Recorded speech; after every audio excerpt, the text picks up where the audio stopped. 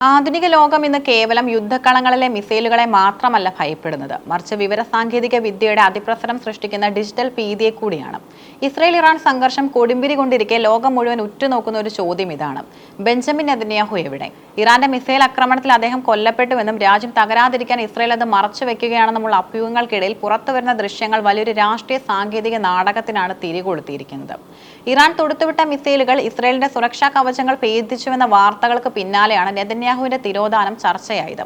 പതിവായി ജനങ്ങളെ അഭിസംബോധന ചെയ്യാറുള്ള അദ്ദേഹം നിർണായകമായ പല മണിക്കൂറുകളിലും പൊതുവേദികളിൽ പ്രത്യക്ഷപ്പെട്ടില്ല.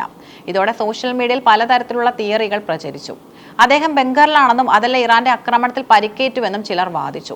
ഈ നിശബ്ദത ഭേദിക്കാനാണ് ഇസ്രയേൽ ഔദ്യോഗികമായി ചില വീഡിയോകൾ പുറത്തുവിട്ടത്. എന്നാൽ ആ വീഡിയോകൾ ആശ്വാസത്തിന് പകരം ലോകത്തെ നടുക്കിയ നിഗൂഢതകളിലേക്കാണ് വിരൽ ചൂണ്ടിയത്. ആദ്യമായി പുറത്തുവന്ന ഒരു വീഡിയോയിൽ നെതന്യാഹു സംസാരിക്കുമ്പോൾ അദ്ദേഹത്തിന്റെ കൈകളിൽ 6 വിരലുകൾ ദൃശ്യമായെന്ന കണ്ടെത്തലോടെയാണ് ഡീപ് ഫേക്ക് ആരോപണങ്ങൾ ശക്തമായത്. ആർട്ടിഫിഷ്യൽ ഇന്റലിജൻസ് ഉപയോഗിച്ച് ദൃശ്യങ്ങൾ നിർമ്മിക്കുമ്പോൾ കൈവിരലുകളുടെയും പല്ലുകളുടെയും ഘടന കൃത്യമായി കൊണ്ടുവരാൻ പലപ്പോഴും AI പരാജയപ്പെടാറുണ്ട്. ഈ സാങ്കേതിക പിഴവാണ് വീഡിയോയിൽ കണ്ട 6ാം വിരലെന്ന് സൈബർ വിദഗ്ധർ ചൂണ്ടിക്കാട്ടി. ഒരു രാജ്യത്തിന്റെ പ്രധാനമന്ത്രിയെ പോലുള്ള വ്യക്തിക്ക് പെട്ടെന്നൊരു വിരൽ അധികമായി ഉണ്ടാകില്ലെന്നിരിക്കെ വീഡിയോ വ്യാജമാണെന്ന നിഗമനത്തിൽ ലോകം എത്തിച്ചേർന്നു. ഇത് നെതന്യാഹുവിന്റെ മരണത്തെക്കുറിച്ചുള്ള വാർത്തകൾക്ക് കൂടുതൽ കരുത്തു പകർന്നു. 6ാം വിരൽ വിവാദത്തിന് മറുപടി എന്നോണം ഉടൻ തന്നെ മറ്റൊരു വീഡിയോ പുറത്തു വന്നു. ജെറുസലേമിലെ പ്രശസ്തമായ ദി സത്താഫ് കഫയിൽ നെതന്യാഹു ശാന്തനായി ഇരുന്ന് കാപ്പി കുടിക്കുന്ന ദൃശ്യങ്ങളായിരുന്നു അത്. തന്റെ കൈകൾ ഉയർത്തി കാണിച്ച് താൻ സുരക്ഷിതനാണെന്ന് അദ്ദേഹം ലോകത്തെ ബോധ്യപ്പെടുത്താൻ ശ്രമിച്ചു. എന്നാൽ ഈ വീഡിയോയും സംശയത്തിന്റെ നിഴലിലാണ്. സോഷ്യൽ മീഡിയ ഉപയോക്താക്കൾ ഇതിൽ കണ്ടെത്തിയ പൊരുത്തക്കേടുകൾ ഞെട്ടിക്കുന്നതായിരുന്നു. നെതന്യാഹു കപ്പ് ഉയർത്തുമ്പോഴും അതിനുള്ളിലെ കാപ്പിയുടെ തലം ചലിക്കുന്നില്ലെന്നും അത് ദൃശ്യങ്ങളിലെ സാങ്കേതിക തകരാറാണെന്നും ചിലർ നിരീക്ഷിച്ചു. അദ്ദേഹം തല താഴ്ത്തുമ്പോൾ മുഖത്തിന്റെ ആകൃതിയിൽ ഉണ്ടാകുന്ന മാറ്റം AI ഉപയോഗിച്ചുള്ള മുഖം മാറ്റലിന്റെ തെളിവായി വ്യാഖ്യാനിക്കപ്പെട്ടു. കഫയിലെ മറ്റു ജീവനക്കാർ മാസ്ക് ധരിച്ചിരിക്കുന്നത് യഥാർത്ഥത്തിൽ അവിടെയുള്ള ആളുകളെ തിരിച്ചറിയാതിരിക്കാൻ വേണ്ടിയാണെന്നും സംശയിക്കപ്പെടുന്നു. ഈ വിവാദത്തിൽ ഏറ്റവും ശ്രദ്ധേയമായത് എലോൺ മസ്കിന്റെ AI പ്ലാറ്റ്ഫോമായ ഗ്രോക്കിന്റെ ഇടപെടലാണ്. വീഡിയോ വിശകലനം ചെയ്ത ഗ്രോക്ക് ഇത് യഥാർത്ഥമല്ലെന്ന് അഭിപ്രായപ്പെട്ടു. ഓരോ യുദ്ധ സാഹചര്യത്തിൽ രാജ്യത്തിന്റെ പ്രധാനമന്ത്രി ഇത്തരത്തിൽ ഒരു കഫേയിലിരുന്ന സൈനിക നീക്കങ്ങളെക്കുറിച്ച് സംസാരിക്കുന്നത് പ്രായോഗികമല്ലെന്നാണ് AIയുടെ കണ്ടെത്തൽ.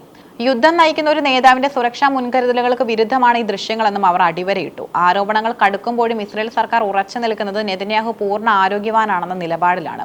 ഈ കഫേ ഉടമകൾ തങ്ങളുടെ ഇൻസ്റ്റാഗ്രാം പേജിലൂടെ നെതന്യാഹുവിന്റെ ചിത്രങ്ങൾ പങ്കുവച്ചതും പ്രധാനമന്ത്രി വന്നിരുന്നുവെന്ന് സ്ഥിരീകരിച്ചതും ഈ വാദത്തിന് കരുത്തേകുന്നുണ്ട്. എന്നാൽ ഇതിനെ എതിർക്കുന്നവർ പറയുന്നത് കഫേ ഉടമകൾ പോലും സർക്കാരിന്റെ കടുത്ത സമ്മർദ്ദത്തിലാണെന്നും അല്ലെങ്കിൽ ആ ചിത്രങ്ങളും വ്യാജമാണെന്നാണ്. ഒരു ഭരണാധികാരിയെക്കുറിച്ചുള്ള ഇത്തരം അഭ്യൂഹങ്ങൾ കേവലം കൗതുക വാർത്തകളല്ല, അതൊരു രാജ്യത്തിന്റെ സൈനിക വീര്യത്തെയും ജനങ്ങളുടെ ആത്മവിശ്വാസത്തെയും ബാധിക്കുന്ന കാര്യമാണ്. പ്രധാനമന്ത്രി കൊല്ലപ്പെട്ടുവെന്ന വാർത്ത പ്രചരിക്കുന്നത് സൈന്യത്തിനുള്ളിൽ വലിയ ആശയക്കുഴപ്പമുണ്ടാക്കും. അമേരിക്ക ഉൾപ്പെടെയുള്ള സഖ്യകക്ഷികൾക്ക് ഇസ്രയേലിലുള്ള വിശ്വാസം കുറയാൻ ഇത് കാരണമാകും. ശത്രുരാജ്യം ഈ അഭ്യൂഹങ്ങളെ തങ്ങളുടെ വിജയമായി ആഘോഷിക്കും. ഇത് ഒഴിവാക്കാനാണ് ഇസ്രയേൽ എന്തു വില കൊടുത്തും നെതന്യാഹു ജീവിച്ചിരിപ്പുണ്ടെന്ന് വരുത്തി തീർക്കാൻ ശ്രമിക്കുന്നത്. ഈ സംഭവം ലോകത്തിന് നൽകുന്ന വലിയൊരു മുന്നറിയിപ്പ് വിവരങ്ങളുടെ വിശ്വസ്തതയെക്കുറിച്ചാണ്. സാങ്കേതികവിദ്യ എന്ന് ഒരു ഭരണകൂടത്തിന് വേണമെങ്കിൽ യുദ്ധകാലത്തിൽ പോലും മരിച്ച ഒരാളെ ജീവിപ്പിക്കാൻ കരുത്തുള്ളതാണ്. സത്യവും മിഥ്യയും തിരിച്ചറിയാൻ കഴിയാത്ത വിധം ഡിജിറ്റൽ ലോകം മാറിക്കഴിഞ്ഞു. സാധാരണക്കാർക്ക് മാത്രമല്ല, മാധ്യമങ്ങൾക്കും സാങ്കേതിക വിദഗ്ധർക്കും പോലും ഒരു വീഡിയോയുടെ നിജസ്ഥിതി കണ്ടെത്തുക എന്നത് വലിയ വെല്ലുവിളിയാണ്.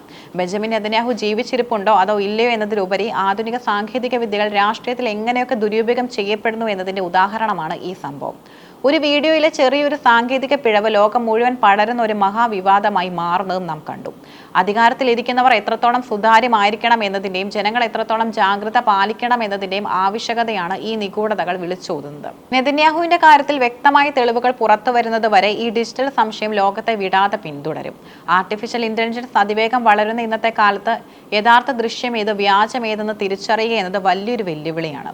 എന്നാൽ സൂക്ഷ്മമായി നിരീക്ഷിച്ചാൽ ഡീപ് ഫേക്ക് വീഡിയോകളിലെ സാങ്കേതിക പിഴവുകൾ നമുക്ക് കണ്ടെത്താനാകും. അവ തിരിച്ചറിയാൻ നിരവധി എളുപ്പ വഴികളുമുണ്ട്. ഡീപ് ഫേക്ക് വീഡിയോകൾ പലപ്പോഴും കണ്ണ് ചിമ്മുന്നത് സ്വാഭാവികമായിരിക്കില്ല. ദൃശ്യത്തിലെ വ്യക്തി അസ്വാഭാവികമായി കണ്ണ് ചിമ്മുകയോ അല്ലെങ്കിൽ ഒട്ടും ചിമ്മാതിരിക്കുകയോ ചെയ്യുന്നുണ്ടെങ്കിൽ അത് വ്യാജമാകാൻ സാധ്യതയുണ്ട്. സാങ്കേതിക വിദ്യക്ക് ഇപ്പോഴും വിരലുകളുടെ ഘടന കൃത്യമായി നിർമ്മിക്കാൻ പ്രയാസമാണ്. നെതന്യാഹുവിന്റെ വീഡിയോയിൽ കണ്ടതുപോലെ 6ാം വിരലോ വിരലുകൾ തമ്മിൽ ഒട്ടിപ്പിടിക്കുന്നതോ ശ്രദ്ധയിൽപ്പെട്ടാൽ അത് ഡീപ് ഫേക്കിന്റെ ലക്ഷണമാണ്. സംസാരിക്കുമ്പോൾ ശബ്ദവും ചുണ്ടുകളുടെ ചലനവും കൃത്യമായി ഒത്തുപോകുന്നുണ്ടോ എന്നും നോക്കുക. വായുടെ ഭാഗത്ത് നേരിയ മങ്ങലോ അസ്വാഭാവികമായ ചലനങ്ങളോ ഉണ്ടെങ്കിൽ ജാഗ്രത പാലിക്കണം. വീഡിയോയിലെ വ്യക്തിയുടെ മുഖത്ത് വീഴുന്ന വെളിച്ചവും ചുറ്റുപാടിലെ വെളിച്ചവും തമ്മിൽ പൊരുത്തക്കേടുകൾ ഉണ്ടോ എന്നും പരിശോധിക്കാം. കണ്ണട ധരിച്ചവരാണെങ്കിൽ അതിൽ പ്രതിഫലിക്കുന്ന വെളിച്ചം പലപ്പോഴും എയ്ക്ക് കൃത്യമായി ചിത്രീകരിക്കാൻ കഴിയില്ല. അമിതമായ മിനുസമോ സ്വാഭാവികമല്ലാത്ത പാടുകളോ മുഖത്തുണ്ടെങ്കിൽ അത് സംശയിക്കേണ്ടതാണ്. ഇത്തരം കാര്യങ്ങൾ ശ്രദ്ധിക്കുന്നതിലൂടെ ഡിജിറ്റൽ ലോകത്തെ ചതിക്കുഴികളിൽ നിന്നും നമുക്ക് ഒരു പരിധിവരെ രക്ഷ നേടാം.